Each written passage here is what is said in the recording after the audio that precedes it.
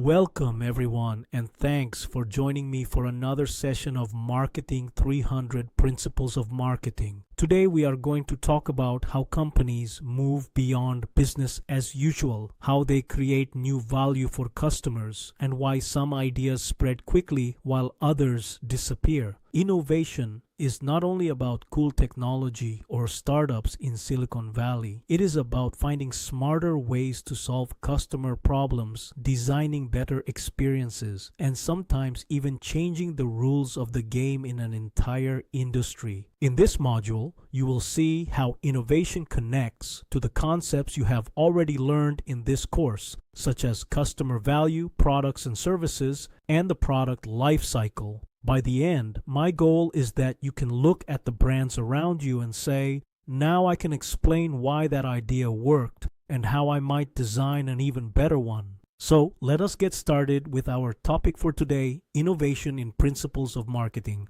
On this slide, you see a very familiar picture, the value proposition matrix. We already met this slide at the beginning of the semester, so now we are using it as a quick review and as a bridge into our new topic, innovation. Back then, we said that a value proposition is a clear answer to the question, why should the customer choose us? It connects three things: what the customer is trying to do in life, the pains and problems they experience, and the gains or benefits that our product or service can create. When the fit between customer pains and our solution is strong, we have a strong value proposition.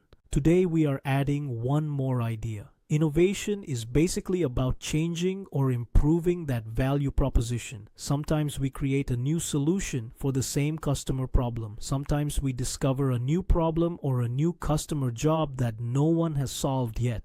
In both cases, innovation is not random creativity. It is a focused effort to design a better value proposition. So, as we move into the rest of this lecture, keep this picture in your mind.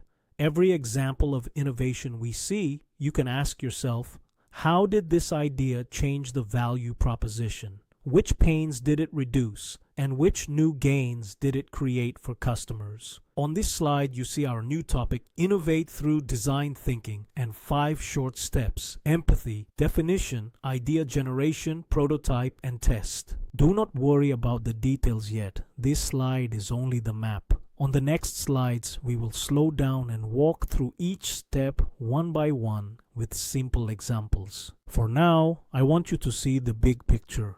Design thinking is a way to turn a value proposition into real innovation. We start from people and their lives. We define a clear problem. We generate many ideas. We build small and simple versions, and we learn quickly from feedback. So as you look at this slide, just remember this flow in your head. People first, problem clear, many ideas, small test, learn and improve. That simple rhythm is the heart of innovation in modern marketing. On this slide, we have a short video from San Francisco Opera. Before we talk about any theory, let us just watch how a real organization tries to innovate. In this video, San Francisco Opera is not only performing music, they are trying to change the experience of going to the opera. As you watch, I want you to notice 2 simple things. First, what feels different from the traditional, very formal opera image you might have in your mind. Second, what kind of new experience they are trying to create for the audience. We will not analyze it in detail yet. For now, just enjoy the clip and think, if I were a customer, would this feel new or interesting to me, and why? After the video, we will connect this example back to design thinking and innovation.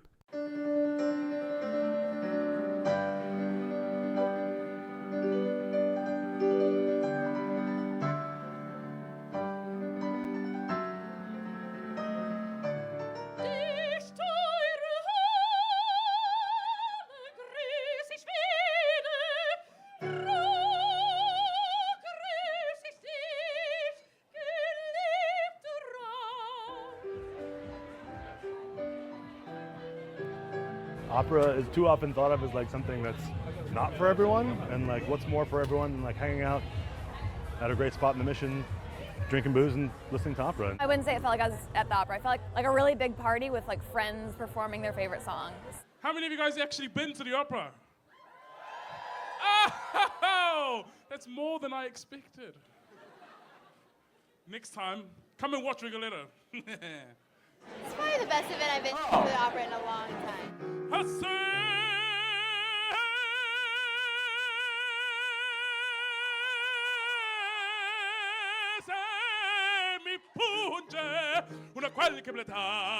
I wish people knew that opera can be really passionate even though you may not know or speak the language. It kind of transcends that. I didn't really know what I was getting myself into, but I enjoyed the opera music, I did. I'll come back because I really like tonight. And we're actually trying to bring more people with us when we come back.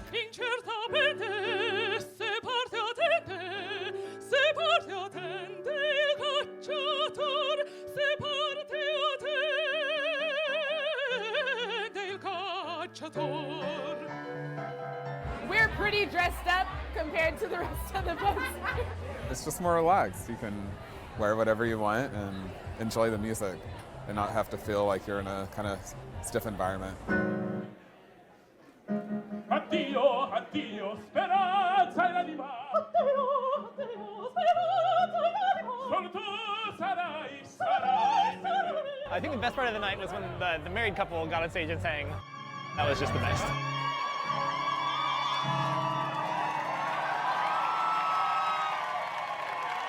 Thank you guys. It's been a great audience. Have a great night.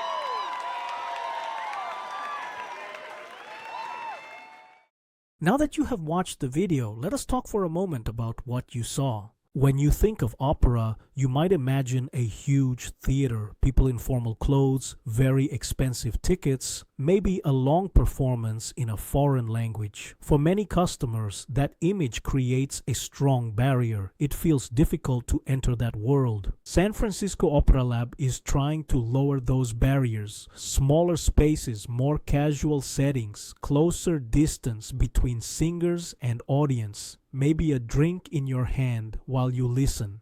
They are experimenting with a new kind of opera night that feels less scary and more inviting, especially for people who have never tried opera before. What we just did together, thinking about the audience and their barriers, is actually the first step in design thinking. We call this step empathy. In the empathy stage, we observe people, we talk with them, and we try to understand their experiences and motivations. We ask questions like, why do many people feel that opera is not for them? What exactly makes it intimidating? What would a more comfortable first experience look like? To answer these questions, a design thinking team might watch how young adults spend their weekend nights, talk with them in real places, and listen carefully to their stories. This kind of deep observation in the real world is often called ethnography in marketing. The goal of empathy is simple. Before we design anything new, we must first understand people's lives from their point of view. Now we focus on the stage called definition. In the previous discussion, you just watched San Francisco Opera trying something new, and you thought about barriers to traditional opera, for example. It feels formal, expensive, and a little scary for first-time visitors. Those thoughts are observations. In the definition stage, we do not stop with separate observations. We organize them and turn them into a clear problem statement. So, what might that look like for our opera example?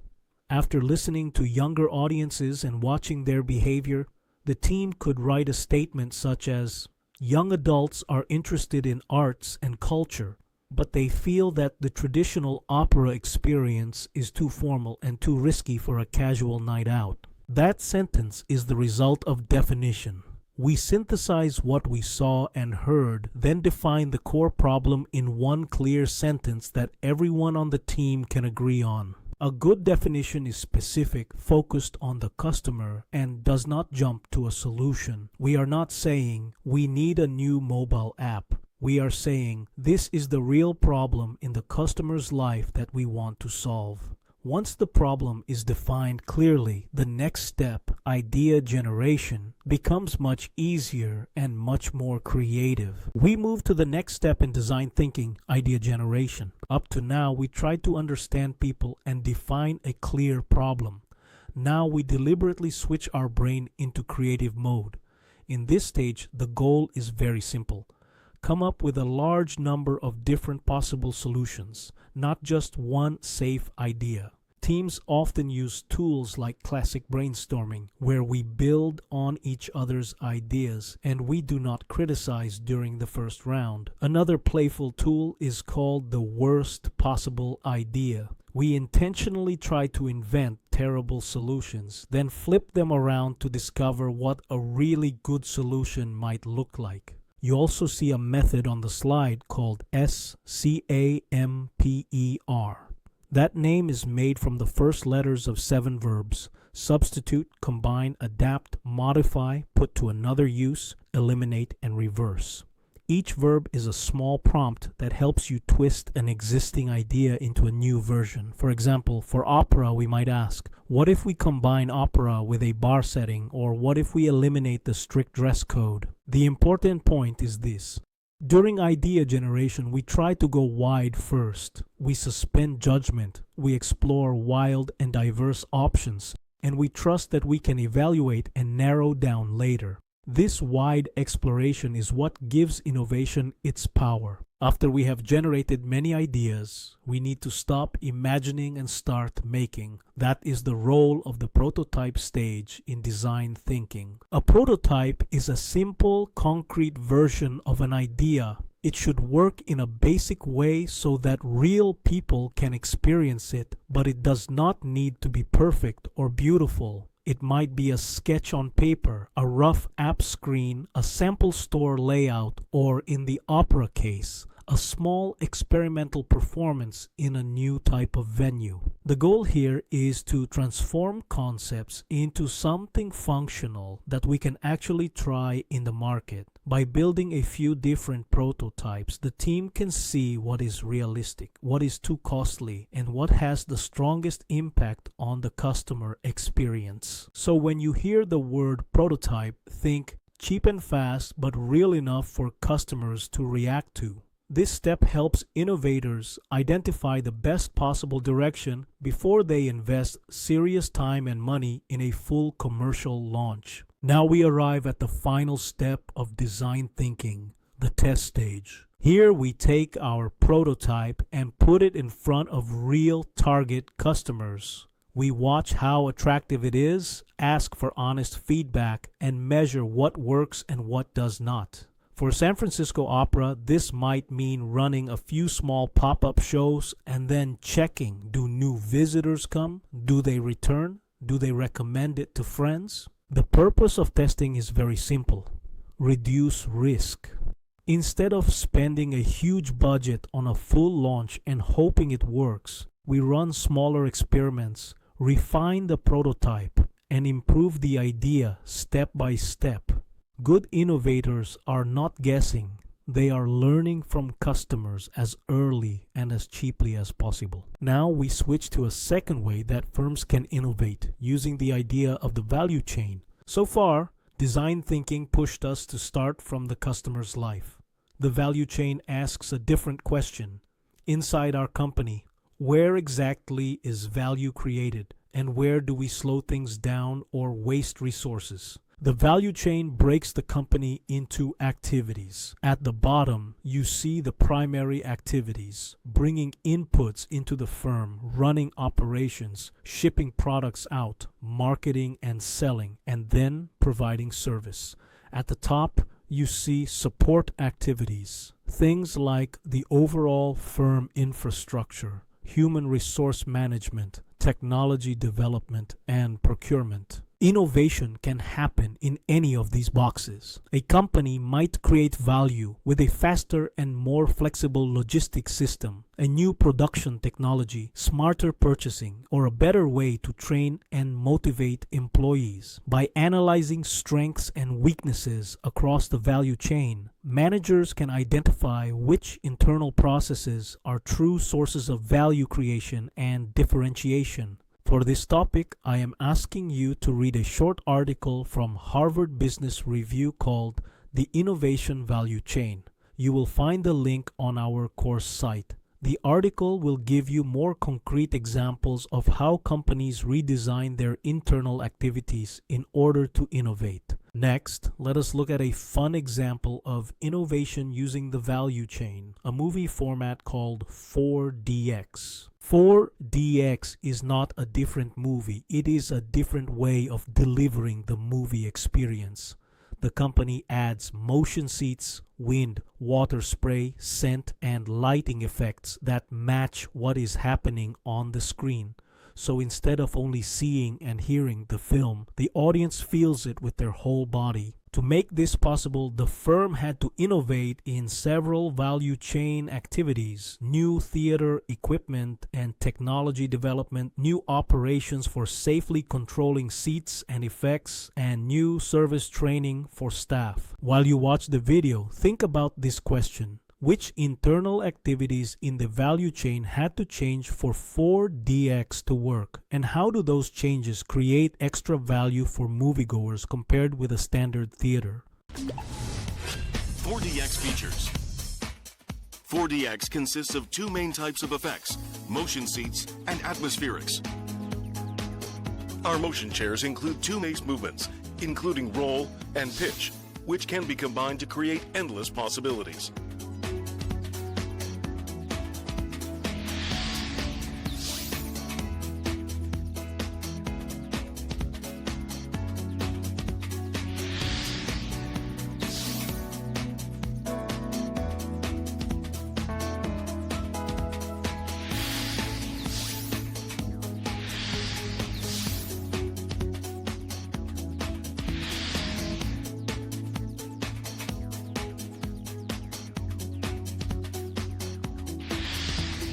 Face air effects shoot forward bursts of air to express sudden actions taking place.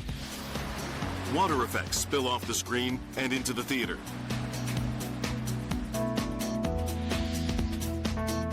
Scent effects add another layer to the space between the scene and the auditorium.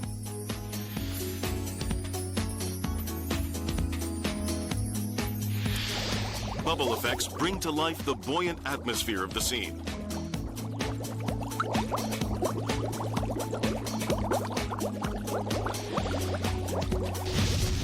Fog effects fill up the auditorium to create a sense of place and setting. Wind effects can recreate scenes from a turbulent storm or a gentle breeze, or the sensation of flight and speed. Rain effects shower down onto the audience. Light effects produce flashes of lightning and strobe effects for a dynamic visual sensation.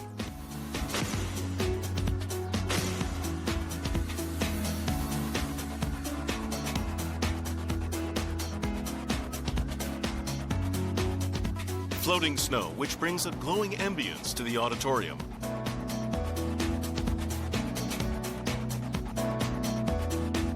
Storm-like effect with rain swirling through the auditorium.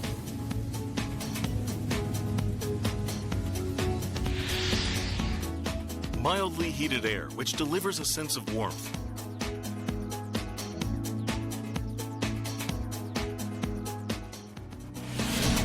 The best choice for the future, 4DX. 4DX's immersive cinematic experience presents the future of the movie industry. The absolute cinema experience, 4DX. We have now arrived at a third lens for innovation, the business model. You can think of this picture as a map of how a company creates and captures value. The left side, under the label Activities Within the Company, shows what happens inside the firm, key partners, key activities, key resources, and the cost structure. The right side, under Relations Between the Company and its Client, shows what connects the firm to the outside world, the value proposition, customer relationships, channels, customer segments, and revenue streams. Innovation can happen by changing any of these building blocks, not only by launching a new product. A firm might find a new partner, use a different channel such as a subscription app instead of a physical store, change how it charges customers, or redesign the relationship from one-time purchase to long-term membership. As we move forward, try to look at familiar companies with this canvas in mind and ask, which parts are inside the company, which parts face the customer, and where exactly are they innovating in their business model? Next, we will look at a business model innovation example called Stitch Fix. Stitch Fix is an online personal styling service. Instead of you going to the store and choosing clothes one by one, you answer a short style quiz. Then the company uses data and human stylists to select a box of items for you. The box arrives at your home, you try everything, keep what you like, and send back the rest. So, it is not only a new product, it is a new way of shopping, a different business model. Data science, personal stylists, home delivery, and returns are all built into one integrated service. In the next video, please pay attention to two things. First, how Stitch Fix creates value for customers who hate or do not have time for traditional shopping. Second, which parts of the business model canvas are different from a typical clothing retailer? For example, channels, customer relationships, and key activities. In your daily life, algorithms are everywhere. They route the Uber to your door, determine what shows up in your Facebook newsfeed, and decide on your Google search results. At Stitch Fix, a San Francisco-based retail startup, data scientists use algorithms to predict what clothes users will like and purchase. We do collect a lot of preference data up front before we even have any experience with the customer. She'll enter things like her height, her age, her weight, her size, her preferences for fit, preferences for style, even her preferences for taking risk. All those things help inform a decision on what clothes we'll send her.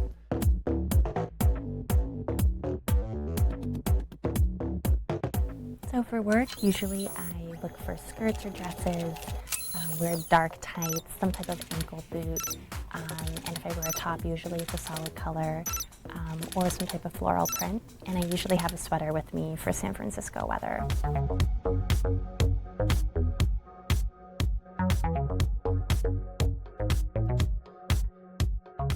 When Kathleen fills out her survey, the company will gather up data points, including dress size, height, and location. That information is then fed into a series of algorithms, which then rank order clothes, shoes, and accessories, which the system believes Kathleen will like. The system then routes a list of suggested items, ranked by how likely Kathleen is to keep them, to a stylist. The stylist reviews Kathleen's profile, takes into account notes like if she likes floral prints, and picks 5 items accordingly. That order is then routed to one of Stitch Fix's 5 warehouses, where it is picked, packed, and shipped to Kathleen's door. In that first fix, we have more limited information. We know about your profile. We know a little bit about people who are like you that can help us to still have good recommendations for you. But as you give us feedback after your first fix and you say like this dress was too small, this color was too bold, like those are things that both the algorithm and the stylist can learn from.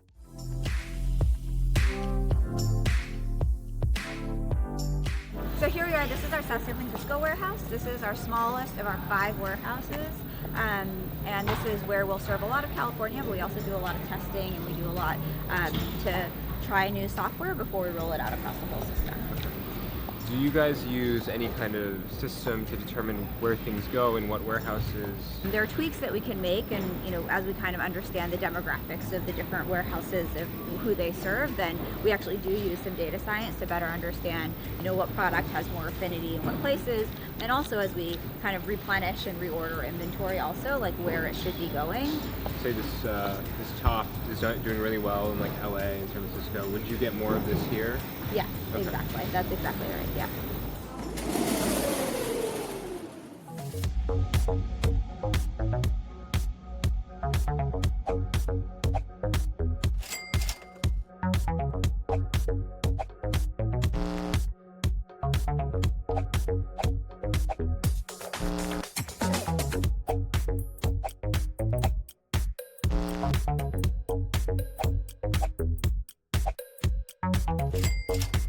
important is kind of the negative feedback? When we say that we have data that nobody else has, like that's data from the client. The client is letting us know about herself and her preferences. It's data about the product, and so we know the attributes that actually matter. And so a lot of retailers will have fabrication or country of origin. I mean, we have those things also, but we also know how does this garment fit on people who are of a certain height, of the people who like a specific style preference. And so we actually have the data around the attributes that we know matter. When we miss the mark, when we send her things that she didn't like, and she says, this was a little too edgy for me, or this fit too tightly on my shoulders. All that information is good. It not only helps us with her, but all customers like her, and we get to get better and better over time as we learn more about the customer and more about our merchandise and how it does with different customers. And so it's an evolutionary process where we're constantly updating feedback and putting it back in, making new decisions, learning from them, going back, and it gets stronger and stronger over time. We are now shifting gears from business models back to basics, product, and service. Since this is the end of the semester, I will assume you already have a good foundation, so this is a quick refresher, not a brand new topic. First, remember our simple definition of a product, a basket of benefits offered to consumers. We are not only talking about the physical object. We include everything the customer gains from using it, such as convenience, style, or safety. A service is a little different. It is an action or effort that one party performs for another. For example, a haircut, a streaming subscription, or customer support from a call center. At the top of the slide, you see 4 characteristics of and a blank. That blank should be filled with the word services. Classic services tend to be intangible, which means you cannot touch them or try them in the same way as a physical product. They have inseparability. Production and consumption often happen at the same time, like talking to a barista while you get your coffee. They show variability. Different employees or different times can create slightly different experiences. Finally, they have perishability. You cannot store today's empty airplane seat and sell it tomorrow. Keep these 4 ideas: intangibility, inseparability, variability, and perishability in the back of your mind. In the rest of this module, when we talk about innovation, we are really asking how can firms redesign products and services, including these service characteristics, to create better value for customers. Here we zoom in to what a product really includes. At the center are the benefits, what the customer actually wants. For example, feeling safe, saving time, or looking stylish. Around that is the core product, things like brand, design, packaging, and quality, both the quality of the physical item and the service quality that supports it. The outer ring is related services, such as delivery, installation, after-sales service, guarantee, and credit. Together, these 3 layers form the full product. When firms innovate, they can change any of these layers, not only the physical item in the middle. Let me very briefly walk you through this slide. Here you see some terms that describe how a company organizes many products at the same time. The product portfolio is simply all the products a company offers. Within that, products are grouped into ranges and product lines, and we can describe a range by its width, how many lines it has, its depth, how many models are in each line, and its length, the total number of individual products. You do not need to memorize every definition perfectly. For our course, I just want you to know that marketers think about structure, not only about a single item. Companies manage this whole portfolio based on customer needs, deciding where to add, remove, or adjust products when they innovate. Let's use a very everyday example, Ziploc. At the top, you see Ziploc products. That is the product portfolio, all the products the brand offers. Inside the red dotted box, you see categories like freezer, storage, sandwich and snack, slider, reusable silicone, and specialty. Each of these is a product line, a group of products designed for a similar use or problem. So if someone asks you, what is a product line? You can simply say, for Ziploc, freezer bags are one line, storage bags are another line, sandwich bags are another line, and all of them together make up the Ziploc product portfolio. We have talked about products, services, and even product lines. Now, I want to push one step further toward experiences. The most successful companies today are not only selling a physical good or a basic service. They design a whole experience that you remember, something you might post on social media or tell your friends about the next day. The next video is a great example. It is called Le Petit Chef, a dessert experience where animation, storytelling, and food are combined at the table. While you watch it, ask yourself, is this mainly a product, mainly a service, or something beyond both? And how does this kind of experience create value that a normal dessert cannot?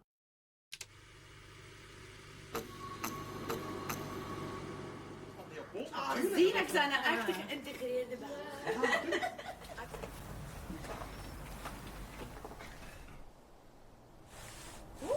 Oh.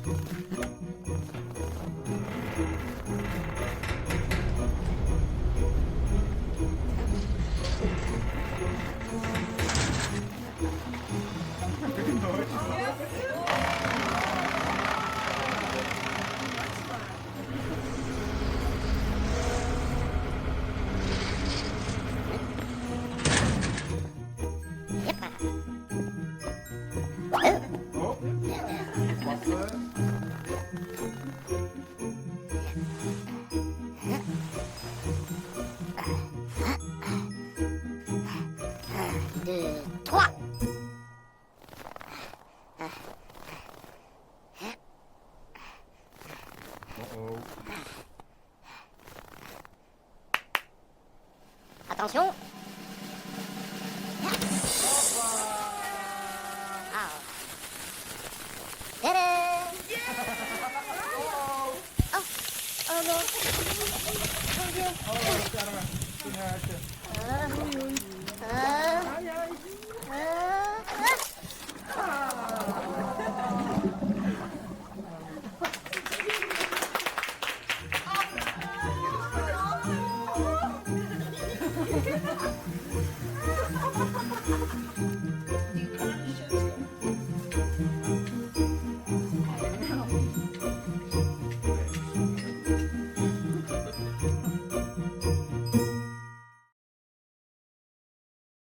Cannibalization sounds scary, but in marketing it has a very specific meaning. It describes the drop in sales of an existing product caused by the launch of a new product from the same company. In other words, my new product is eating my old product's sales. Think of a newer smartphone model that makes last year's model less attractive. For innovative firms, the real question is, should I eat myself before a competitor eats me? Very often, the answer is yes.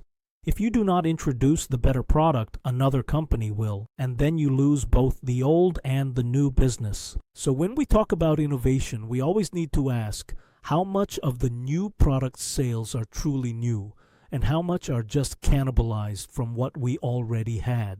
Here we see the classic diffusion of innovations curve. It shows how different groups of customers adopt a new product over time. Starting on the left, we have innovators. This is a small group that loves to try new things early, even if there is a risk that the product might fail. Next are the early adopters. They are a bit more careful, but they are still open-minded and often act as opinion leaders for others. In the middle, we have the large early majority and late majority. These customers are more practical and risk-averse. They usually wait until an innovation looks useful, reliable, and socially accepted before they join. Finally, on the right, we have laggards, customers who adopt very late or sometimes never. You can see percentages under each group like 2.5% or 34%. Please treat these as conceptual, not as fixed numbers. They are just a guideline to show that the first group is small, the middle groups are large, and the last group is also smaller, not an exact rule that always holds in every market. For marketers, the big challenge is moving an innovation from the small left side, innovators and early adopters, into the large middle, the majorities, because that is usually where most of the profit and long-term success come from. Innovators are the very first people to adopt a new product or technology. They are a small group, roughly 2.5% of buyers in a typical market, but remember that number is just a guideline, not a strict rule. These customers are true technology enthusiasts. They enjoy experimenting with new ideas. They appreciate companies that try to disrupt the status quo, and they often buy an innovation simply because it is new and different. Innovators usually accept imperfections and defects. They understand that early versions will have bugs, and they are okay with that because they want to be part of the innovation process. They also tend to seek out communities of people like themselves, online forums, tech clubs, or friend groups where everyone is excited about the latest gadgets. Within those circles, even innovators look to others who have higher innovator status, the friend who tried it first, for advice and recommendations. So when you think about marketing to innovators, think about early access beta programs and communities. The goal is not to convince the whole market yet. It is to excite this small, enthusiastic group that will test the product, talk about it, and provide the first wave of feedback. Now we move to the next group, the early adopters. These customers adopt an innovation not just because it is new, but because they believe it can really change how things are done. They are visionaries. They see the potential for a different future, and they want to be part of that story. Early adopters are usually less sensitive to price. They are willing to pay more if they believe the product can deliver a big improvement in their work, lifestyle, or status. Many of them also enjoy being recognized as opinion leaders. They like to be the friend others ask, "Is this worth it? Should I try this?" So when you design marketing for early adopters, you talk about the vision, how this innovation could transform the way we live or work, and you give them tools to share their experiences with their social circles, because they are the bridge between the tiny group of innovators and the much larger majority. Next, we move into the big group in the middle, the early majority. These customers are not against change. They actually like new ideas, but only after most of the bugs and imperfections have been fixed. In other words, they want the benefits of innovation with much less risk. They do not want to be unpaid testers. When they think about buying something new, they look for proof. They check reviews, they compare options, and very often they ask early adopters around them, "How is it working for you? Would you buy it again?" Early adopters act as their filter. So if innovators and early adopters help you start the fire, the early majority is the group that turns the innovation into a real market. Marketing to them is about reliability, practicality, and social proof, not just about being the newest thing. Next, we move to the late majority. These customers try to keep up to date, but they are not very interested in new technology itself. They usually adopt an innovation only after it is no longer considered new, when everyone around them is already using it. What they really want is something easy to use and ready to go out of the box. They do not like long learning curves or complicated setup. They are also quite price sensitive, so discounts, bundles, and good value messages are important. You can think of the late majority as waiting until the product is stable, simple, and affordable. Only then do they finally say, okay, now I am ready to switch. At the very end of the curve, we have the laggards. These customers hold on tightly to the status quo and really do not want to change. In their view, new products usually do not improve their life. They may even see innovation as unnecessary or annoying. As a result, they only buy into an innovation when every other option is gone or when the old solution is no longer available. For marketers, this group is important to understand, but they are rarely the primary target when launching something new. Most innovation strategies focus on moving from innovators and early adopters into the two majority groups, and laggards arrive, if they arrive at all, much later in the story. As we put everything together, you can see a very clear pattern across the curve. On the left side, with innovators and early adopters, the customers are closer to risk lovers. They enjoy trying new things early, they tolerate bugs, and they are excited by the idea of change. This area is sometimes called the initial market. It is small, but it is where most innovations are born and tested. As we move to the right, toward the early and late majority, and finally the laggards, customers become more risk-averse. They want evidence, stability, low price, and no hassle. This big middle and right side is the mainstream market, where most of the sales and profits happen if the innovation succeeds. So the real challenge for marketers is not only can we create something new, but can we cross from the small, risk-loving initial market into the large, risk-averse mainstream. That transition is where many innovations fail or succeed. We have talked about how customers adopt an innovation. Now we look at what happens to the product itself over time, in terms of sales and profits. The idea of the product life cycle, or PLC, is simple. Every product has a kind of life story. At launch, sales are low. If the product succeeds, sales grow, then eventually they level off, and finally they decline as something newer or better replaces it. When you hear PLC, think the course of a product's sales and profits over its lifetime. In the next few slides, we will walk through each stage of this life story and connect it to what you already know about innovation and adopter groups. Before we draw any curve, let us set up the basic picture of the product life cycle. On the horizontal axis, you can imagine time passing from a new product's birth to the end of its life in the market. On the vertical axis, you see sales and profit.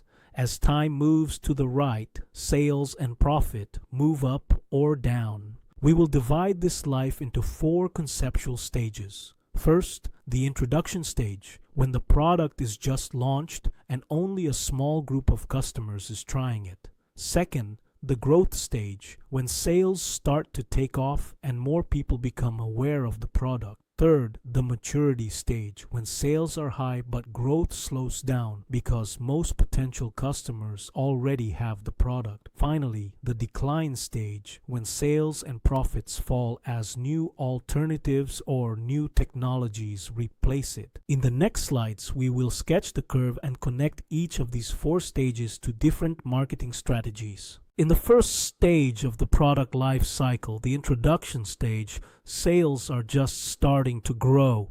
You can see the sales line moving up slowly, but the profit line is still below zero. That negative profit is normal at this point. The firm has spent a lot on research and development, setting up production, educating the market, and running heavy promotion, but only a small group of customers is actually buying. Competition is usually limited because other firms are still watching to see if the idea will work. Most of the buyers here are the innovators we just talked about, the risk lovers who enjoy trying something new even if it is not perfect yet. So, in the introduction stage, the key story is moderate growth, negative profit, limited competition, and customers who are mainly innovators. The company is planting the seed and hoping it will survive long enough to reach the next stage. Now we move into the growth stage of the product life cycle. Here, the story changes. Market growth becomes strong, the sales line starts to rise much faster, and for the first time the profit line moves clearly above zero. More and more customers have heard of the product, and many of them are now willing to try it. As a result, competitors also start to enter. They see that there is money to be made, so alternative brands and Me Too products appear. The market gets bigger, but it also becomes more crowded. In terms of adopters, this is the period when early adopters and the early majority are driving demand. So the key job for marketers in the growth stage is to ride this wave, build the brand, and strengthen the value proposition before too many competitors catch up. In the maturity stage, the product is no longer new. It is part of everyday life. Sales are still high, but market growth has become stable. Most people who are interested have already bought, so it is harder to find completely new customers. Profit starts to decline because firms spend more on promotions and price discounts to defend their market share. Some weaker competitors exit, so competition slowly decreases, but the remaining players fight very hard. The main customers entering at this point are the late majority, people who want something easy, safe, and reasonably cheap. Marketing in the maturity stage is less about educating the market and more about differentiation, brand loyalty programs, and smart pricing to keep the product attractive in a crowded space. In the final stage, the decline stage, the product's life story is coming to an end. Market growth turns negative, which means total sales in the category are shrinking year by year. The sales curve moves downward and profit also declines, often dropping back towards zero or even negative. Some firms leave the market, so the number of competitors goes down, but this is not good news. It is because the opportunity is disappearing. Most of the remaining buyers are laggards. Customers who resisted change for a long time and are only now switching because they have no choice or because the old option is extremely cheap. At this point, a company has to make a strategic decision. Should we harvest the product with minimal investment, try to reposition it, or discontinue it and move resources to newer innovations? Let us put the whole product lifecycle story together. Starting from the left, during the introduction stage, sales are low and profit is usually negative. We spend a lot to launch and educate the market, and only innovators are buying. As we enter the growth stage, sales increase quickly and profit rises. Early adopters and the early majority are joining, competitors enter, and the market expands. Then we reach the maturity stage. Sales are high, but growth slows down. Profit peaks and then starts to fall as brands fight with promotions and price cuts. The late majority is now the main customer group. Finally, in the decline stage, both sales and profit shrink as new technologies or new products replace the old one. Only laggards are left, and the firm must decide whether to harvest the product or to exit. So, the product life cycle is a simple but powerful reminder. No product grows forever. Marketers must adjust their strategy at each stage and keep preparing the next innovation before the current one reaches decline. To wrap up today's session, let me quickly summarize what we covered. We looked at product offerings and innovation from several angles. We connected value propositions to design thinking, the value chain, and business models. Then we reviewed products, services, and experiences, and how companies design whole portfolios, not just single items. Finally, We talked about how innovation spread through adopter groups and how products move through the product life cycle from introduction to decline. If you can explain those big ideas in your own words, you are in very good shape for this part of the course.